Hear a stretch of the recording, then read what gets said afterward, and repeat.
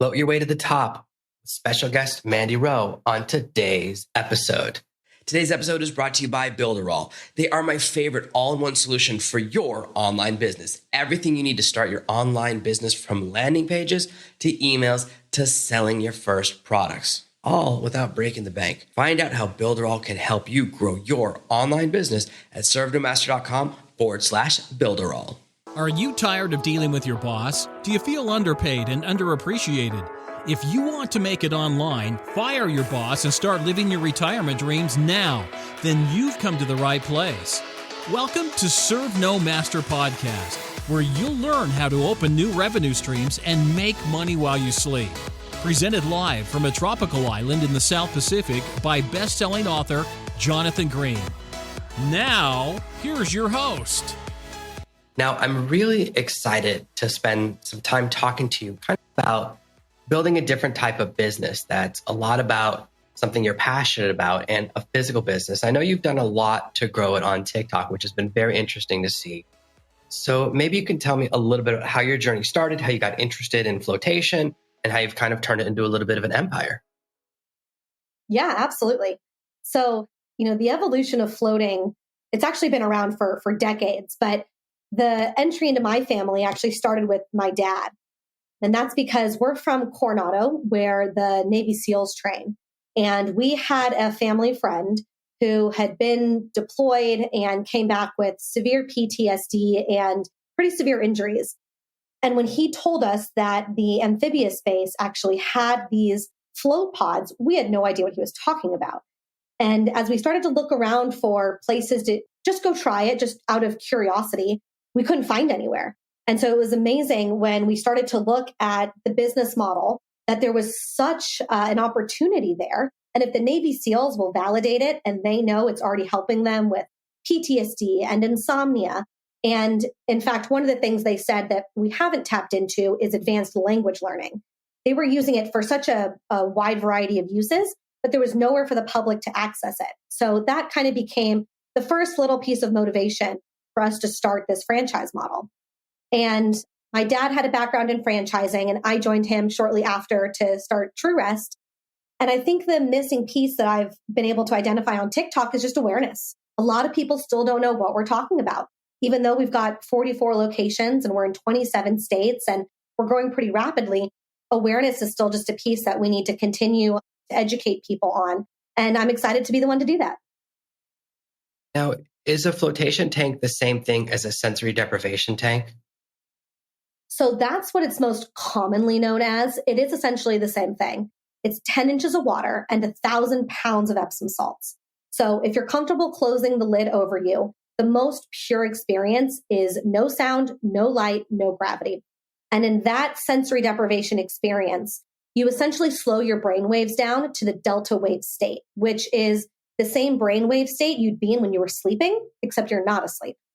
The cool thing about the TrueRest brand and that we've been able to evolve with technology over time is the customizable experience. So if someone thinks, hey, I'm going to be claustrophobic, I'm not ready to go into full sensory deprivation, I'm not comfortable meditating yet, then we've got a lot of options for you to leave the lights on, stream a meditation track, listen to binaural beats. And now we're actually getting into virtual reality programs as well. So yes, it is sensory deprivation, but we are starting to evolve it into a sensory enhancement modality as well. It seems very similar to me to the tanning salon business model in that you buy the tank or the piece of equipment, and then there's not a lot of extra things you need to do, right? Other than cleaning the water, replacing the water, the machines last a really long time, right?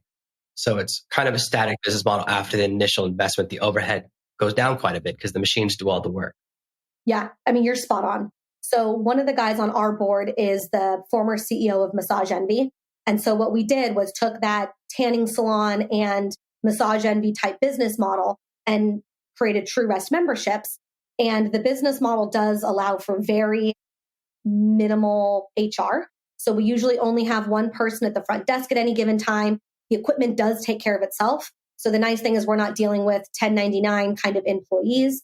And we've got this client base that's not favoriting a certain person, or masseuse, is a good example. They're coming in to float, and once the lights are off, frankly, they don't even know what dimension that they're in. So it's kind of nice that it's easy from an HR and operations standpoint. Now, because you're a franchise model, what do you look for in the kind of person that opens a franchise? Are you looking for someone who it's their first franchise or they have experience running different types of business? Most of your franchisees have a single location or multiple locations. What type of people really thrive running this type of business? Yeah. I mean, since we're in an industry that a lot of people don't know, it's interesting. We're not like a home service franchise where, anyone could pick the business model up and just run with it. You have to at least know what floating is. And to know that, you have to do it. I truly believe that. So we do have a few franchisees that come from really large franchise backgrounds, and those people are great. They're multi-unit developers with us. But I think the franchisees that thrive are the ones that were former clients, and maybe they were in a corporate position, experienced massive burnout, found floating through that process, and became really attached, not really to the business model, but to the therapy. And they're able to have that really heart-centered conversation with other potential franchisees and to the customer, which I think, if you're looking at other business models, they're more familiar to, just your common man.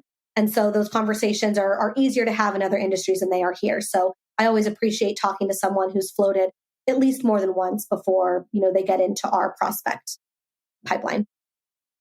Now, one of the challenges a business like yours face is education, right? You said a lot of people don't know what it is or think of it as a different name.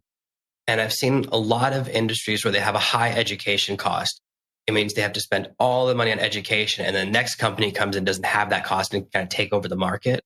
So how do you guys defray that challenge, that high cost that education usually comes with the education?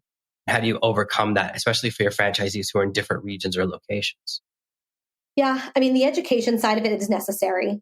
It's nice that right now I don't have any competition. We've had other people get into the float franchise space. They didn't stick around for all too long. There are a couple, here and there, but no one's even close to our size.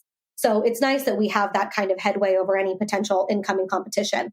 But in the flip side, I do consider Massage Envy and other services similar, and those are much more familiar to people. So in our cases, when we start looking at different cities and where we're going to expand, we've been really fortunate that people like Joe Rogan are talking about floating. Floating is just kind of sexy. I mean, people are posting pictures about it. They want to tell their friends about it. It's an extremely life-altering experience for a lot of people.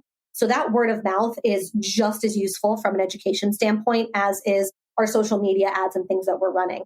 So, I think we're lucky to be in a business where people want to talk about it. And some pretty high up celebrities like Joe Rogan or high performers like Steph Curry are talking about floating on, ESPN. And for us, that's phenomenal. We didn't have to pay anything for that. It's just that the therapy is so profound that they're talking about it for whatever they're doing. And then when someone goes to look it up, Truist is just so far ahead of the game that, we're often the first search that shows up when they look for it.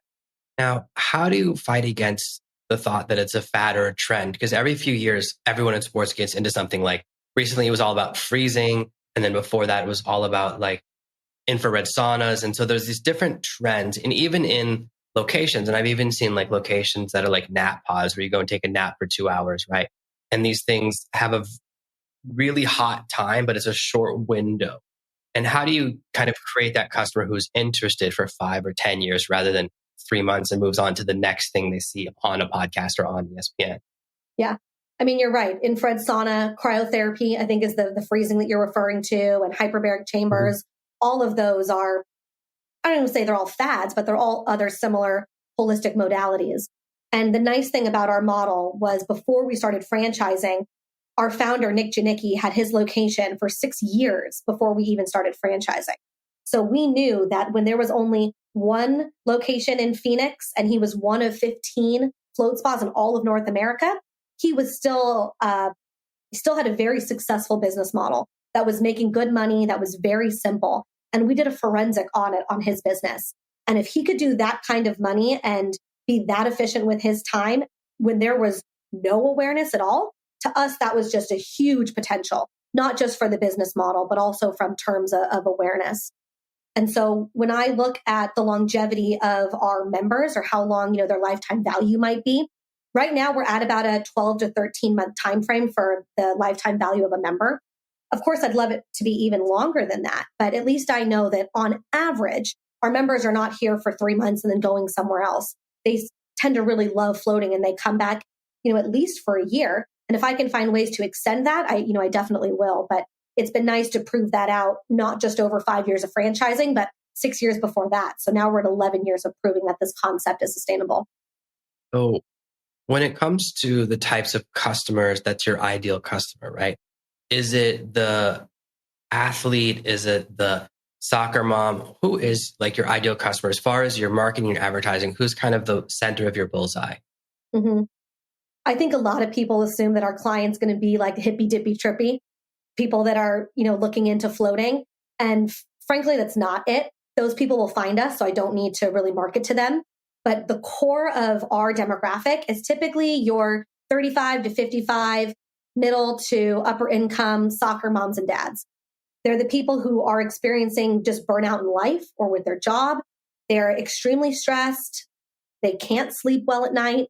And, the more I start to talk about stress and anxiety and not sleeping well, now we've covered about 80 to 90% of the entire world at this point, which is a really depressing trend. So, we're really trying to open up our business model to attract everyone because I think everyone could benefit. But really at its core, it usually tends to be those parents that are experiencing that daily kind of exhaustion that they need to combat. I think that's really interesting because one thing I noticed that successful businesses can always answer that question and businesses don't last have like a rough answer, like everybody is my customer. So it's good to know that you have like a really good sense of that because that was who I thought from looking at your TikTok channel, watching a lot of your videos. Now I noticed at least recently your most popular video was really interesting because he was answering the question of what do you do if people float naked and they don't wake up at the end? I thought that was a really good topic because when you address things that are kind of taboo and everyone wants to ask about, right? Like the same thing when everyone asks about their first massage. Are you supposed to take off your underwear? That's the question I asked my first massage. And so I think it's really telling that really trended because you're answering something everyone wants to ask, but's afraid to ask. So I thought that was really interesting when you're creating your content and kind of building it out because it's very easy for your topic to be boring, right? In a way, you're just talking about machines. You don't actually, when you float, you're not doing anything, right? It's not something you can watch someone do. It's not interesting to watch someone do because they're not moving. Right. In the same way that if someone watched me work, it's just someone sitting in a chair. It's not interesting, right? So it's very creative that you found a way to make a topic that could be boring very interesting. And a lot of your passion is coming through in your videos. How do you kind of plan that strategy? And how did you decide that was going to be one of your big marketing pushes? Yeah, thank you for noticing all of that. So the TikTok trend, it really started in Omaha, Nebraska. I run the 4 corporate-owned locations, and I was there at like 2 a.m. I was folding laundry. I was getting ready actually for our Veterans Day that was coming up the next day. And, just literally waiting for the dryer to finish its run so that I can fold laundry. I'm like, what am I going to do for 45 minutes at 2 a.m.? And I was like, I'm going to download TikTok, see what's on there. And I just posted a couple videos so my page didn't look empty. And next thing you know, it's got like 6 million views. And to me, all of a sudden a light bulb went on that no one knows what I'm doing. Or a lot of at least the next generation of potential clients doesn't know what I'm doing. And so my TikTok audience does tend to be a little bit younger, but I do think that educating people from even a young age about holistic therapy, addressing those people that are up at 2 a.m. because they can't sleep, and maybe they're starting these really bad habits at a young age, are coming across my videos. And once that first video did really well, it became really easy to make more because people are just asking questions and they're asking what they genuinely want to know about. So I could sit here and get into the depths of, the delta brainwave states and those kind of more advanced topics, but that's not what people want to know. It's not what's stopping them from coming to the front door. The big 2 questions are, am I going to be claustrophobic? And how do you keep the water clean? And then after that, they're asking fun things that are going to make the experience something they want to try. Like, can I listen to Taylor Swift while I'm floating? Can I bring my phone in? And sometimes my answers are, honest to the point of, yes, you can customize the experience. You can stream Lizzo, whatever you want inside the flow pod. But no, you cannot bring your phone in because that defeats the entire purpose. And that's what we're here to solve, is getting you off of your phone, giving your body and your brain a chance to recover and to relax. So no. And I do find that on social media, the more honest you are, even with your tone, not just educational, but saying pretty bluntly, no, and I do not want you to do that. And here's why. People kind of engage with that because they can see that passion and they can tell that I'm not I'm not kidding. I'm not messing around. I'm not just answering the question and moving on. I'm genuinely trying to educate them on their questions. So as you're building out your channel, has this become kind of your primary marketing channel? Or are you still doing other forms of advertising, or is this one kind of taken over the show? Don't think I've tapped into advertising on TikTok as well as we probably could. So we still do a lot of stuff on Meta and on Google Ads, especially for the rest of the franchisees around the country. But from a just like click through traffic, I mean, my TikTok is definitely the most successful in terms of followers, starting to push towards 175,000 people.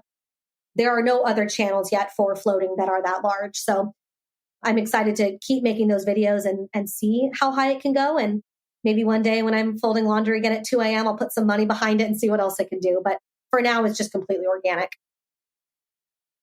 So if someone is thinking about starting a franchise, most people's first thoughts of franchise is like fast food restaurants, or maybe they think about 7-Eleven. They don't realize there's so many other business models that are franchises and that are opportunities for them. If someone's kind of thinking, oh, I want to transition, I've done 20 years in my career, I want to have a business where I'm the boss, but I don't want it to come with all the ideas. Franchising can be great for people that like to execute rather than create. What's your process for someone who's thinking about doing this? What's the right type of person that would be a great franchisee for you, and versus other different types of models, models where maybe they're more interactive or there's different parts. Now, your business model is very static, as in once they set up the store or the location, they're not constantly changing it. There's not 20 staff in there and constant cleaning like you do with a restaurant. But what's the right type of person, or how does someone know they're the right type of fit for this type of business model? Yeah. Yeah. I mean, you're right. Most people think of McDonald's. They think of the movie The Founder. They even think of Massage Envy sometimes if, they're familiar with franchising even a little bit. And that start of not really knowing much about franchising is where I started. My dad had about 200 locations of a help you sell real estate residential franchise. And I frankly was not interested in real estate. So when I knew my dad had this mini, franchise real estate empire going on, didn't interest me from a legacy standpoint because I just didn't like real estate. And when we started to get into float therapy, all of a sudden that was something that I was really passionate about and interested in and could dig into 100%. And I think that's really been useful and successful for us in terms of growing to all the locations that we have. And I feel that same way for my franchisees. I want them to come into the business because they love floating, because they love holistic health, because they care about a different kind of healthcare perspective than just prescriptions and giving people these benzodiazepines and opioids that people are getting addicted to. And so having that kind of passion to do something, not necessarily something different, but something like what we are doing is really important. And then I do think about that legacy model that my dad started to build. And while I appreciate everything he did from the real estate side, that wasn't necessarily for me, but it might be for my brother. And I think for a lot of my franchisees, they're looking at True Rest as a legacy that they're building for future generations of their family. And that's kind of the nice thing about franchising. It's such a massive industry as well that it's not just about True Rest connecting with each other, but my True Rest franchisees connect with the Massage Envy franchisees and the McDonald's franchisees. And we go to these big franchise conferences and we learn a lot about legacy building, and we learn a lot about just business in general and being high level entrepreneurs. And I really appreciate that about the franchise industry. So kind of taking all those people and narrowing it down to those that appreciate this kind of healthcare and preventative medicine, that's really our bread and butter. Now, there's a really wide range of franchising opportunities, from places that have one location and they start franchising, or businesses that waited 20 years to start franchising. For someone who's thinking of becoming a franchisee, there's a lot of information, and sometimes the pitch can be really emotional, exciting, and you're caught up in the emotion of an opportunity before you think about the complexity. Because a lot of franchises, you have to be there a lot, especially the first couple of years. You have to be there every day. You have to really be the one watching everything, making sure that the pods get cleaned every day, making sure that security is maintained and all those pieces, and the experience stays high for every customer. But a lot of people, and then there's some franchises where they haven't really figured out yet, but they start franchising too early. How can someone who's thinking about entering the franchise world kind of make those educated decisions about what's the right type of business model for them? And what are some red flags someone should look out for going, oh no, this isn't the right. franchise from you, or they're not ready, or something's wrong with their system? Yeah. I think the best compliment that we got early on that I realized we really had to really follow through with was a very transparent franchise disclosure document. I mean, that is one of the most boring reads anyone getting into franchising is going to see. It's 200 pages of legal jargon and numbers. But I find that anyone who takes the time to learn about TrueRest, digs into that legal language, looks at the financials, and still goes, this is still something I'm excited about, to me is a phenomenal prospect, and someone who's going to take that same approach of due diligence and carry it through when they own their business. Now, our business is about 50-50 split between people that are there on site as owners and people that aren't. One of my most successful, my top 2 franchisees, he lives in Ohio and he's a full-time ER doctor, and his best location is performing in Atlanta, Georgia. So he is states away from one of our top performing locations. And I think what he did so well was he understood how the business model was going to work. And then he went out and he hired a manager who is there on site every day, like you're talking about. And she really treats the business like it's her own. And they have just run with it and done a phenomenal job. So like our business model, you were saying earlier, is not super complicated from an operations standpoint. I do think it is just about finding that right person who is going to be at the front desk and really run with it. And the person who's having to do the investment up front believes in the model, knows it's going to work, has read through everything, and is ready to deploy it. And having that transparent franchise disclosure document that we provide, I'm going to narrow that down for a second. The item 19 within the franchise disclosure document is where you're going to find all those financials.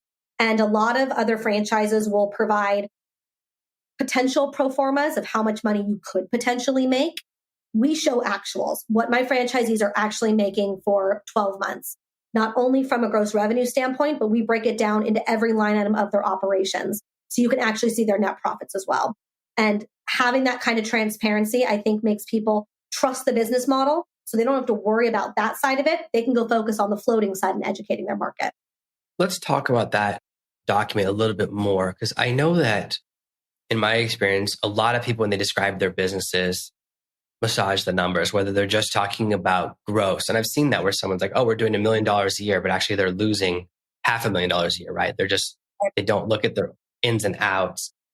When someone's looking at a potential franchise or looking at that document, you mentioned that if they talk about potential earnings, what are some other warning signs that someone can look for and go, oh, wait a minute, there's something not quite right here? And for me, I know that one of the things I look for is like, oh, they have one location in New York City or one location in Los Angeles. If you're anywhere else, huge difference in amount of demographics, amount of people, right? If you're in Times Square, 1 million people walk by every day. It's not the same as if you're in Atlanta or Nashville or Right. Memphis or anywhere like that in the South. It's totally different. So what are some of the other signs besides that you would look for in a document? If you were thinking about joining a different franchise, you go, wait, something's not quite right here.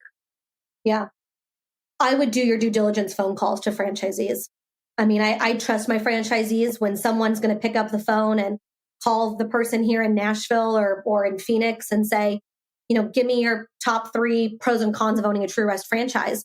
I mean, I want them to be honest about it. And what I don't want them to say is, we don't make any money. And so we have to make sure on our end that they are making money, so that the cons of what they have to say to someone is, oh, right now hiring is hard. Because I know hiring is hard for everybody right now. That's not specific to TrueRest.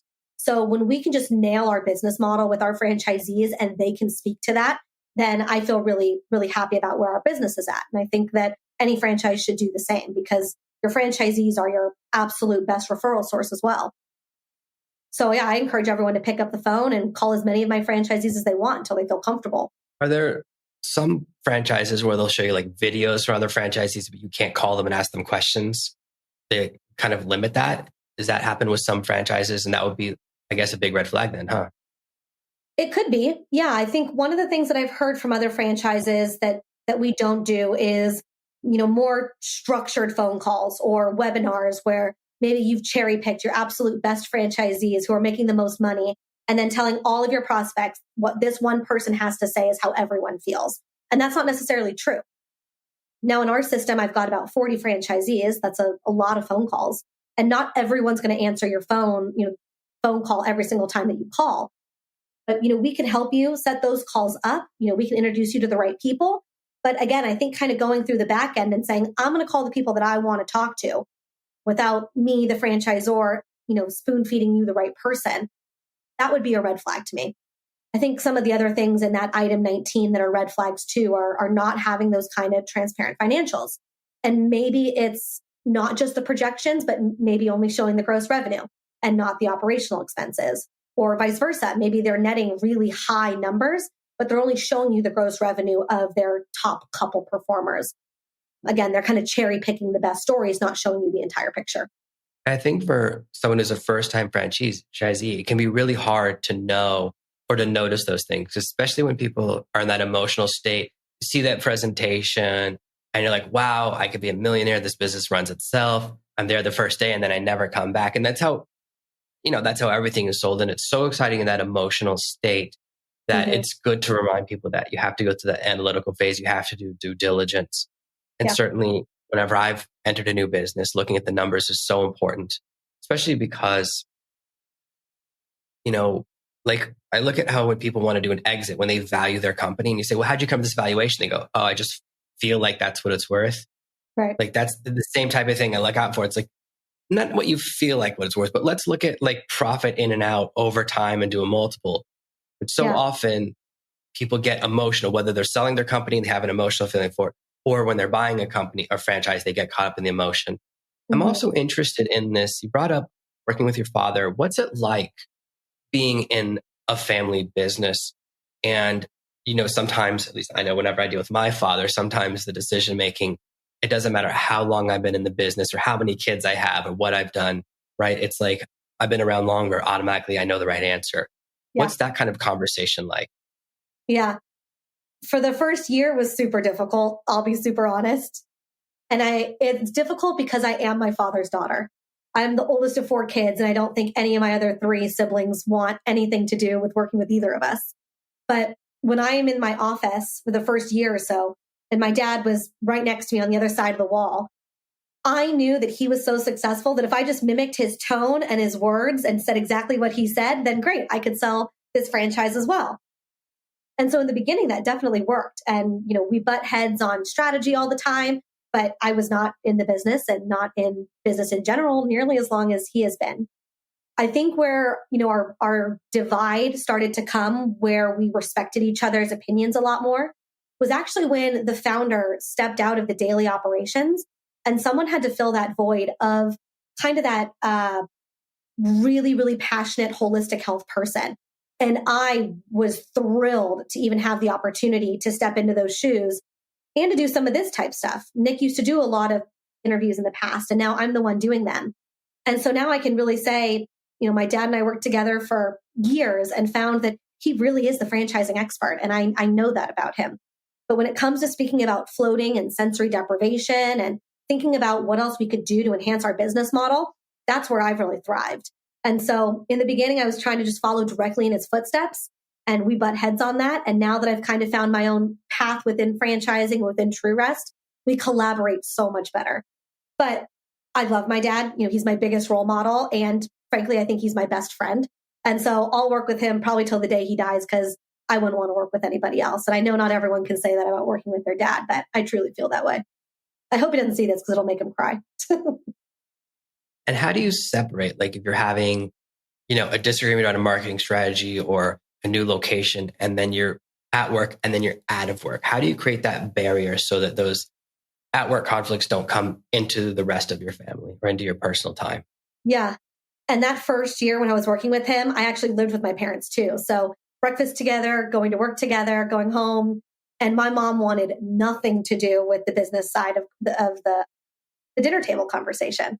So we knew that the rest of my family didn't want to sit around and talk about, ad buys and franchise developer agreements. So pretty much once we got to the house, business topics were off the table. Now that I don't live at home, those conversations open up a lot more. And I think the nice thing is once I moved even out of city, our conversations had to be a lot more intentional. So I know when to call my dad and talk about personal life, and I leave it there. I don't segue into business topics. When I want to call and talk about business, we talk about business, and I don't bring any of my personal life into those conversations. So it's been nice to have that distance because it's brought more intentionality into those conversations. But at the time when we were doing all of that together, it probably is why we were butting heads so much, is because there wasn't really a clear delineation between, what was appropriate from 9 to 5. It was just kind of all built in. And the other thing about our office is there are no walls. So I could hear every conversation he was having. He could hear every conversation I was having. There's a lot of transparency that way, but it was a little bit too much. So having that distance is nice, or at least being able to have your own office and shut your door in the future. It's probably something I would do. Yeah, I think that's really good. When I was younger, I lived with people I work with. And at the end of every day, they were like, why don't you want to hang out? I'm like, there's nothing to talk about. Any story I have, you were there. Yeah. You can't go, hey, at lunch, the craziest thing happened. Yeah, I was there. What's happening? The crazy thing? Yeah, I was there. So I can understand why, especially with family, if you're there all the time, it can be, there's nothing to talk about because everything that happened, they already know. So I totally understand where you're coming from there. And this is the part that's really interesting. And you also mentioned that originally your father was hoping to pass on the real estate franchisee business to you. Mm-hmm. And I think that's something I love to talk about because a lot of people have this feeling that their kids will want to take over their business, but almost no one wants to do what their parents did. And that's something I think about my kids. I would be very surprised if one of them wants to take over the business. Obviously, I'd be thrilled, but I can't imagine one of my kids doing the podcast in a few years, right? But it would be very cool. But when you think about passing on to your next generation, how do you imagine that process? And do you think like your kids or like your brothers and sisters' kids would be interested in taking over the business? And kind of what are your thoughts about the future? Yeah. Of course, I hope so. I think as my dad hoped, everyone will want to take this on. But I'll say a little bit too, in the very beginning stages of working with my dad and even just growing up, a really useful tool for us, which I'm not sure if you're familiar with, YPO, the Young Presidents Organization, or WPO, but it's a network of, high-level executives who own businesses.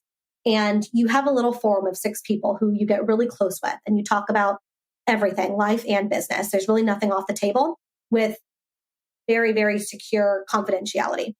And I knew that my dad had this forum, and I grew up my whole life with his forum and with his forum's kids. And as I got older, I joined the young next generation of this same network. And I started to learn more about, this legacy building and actually how important it was to so many executives. And I never realized that it was something that everyone talked about. I thought it was just something, my dad was building, and my dad wanted me to do it because I was the oldest. I didn't realize it was such a larger, strategy behind it.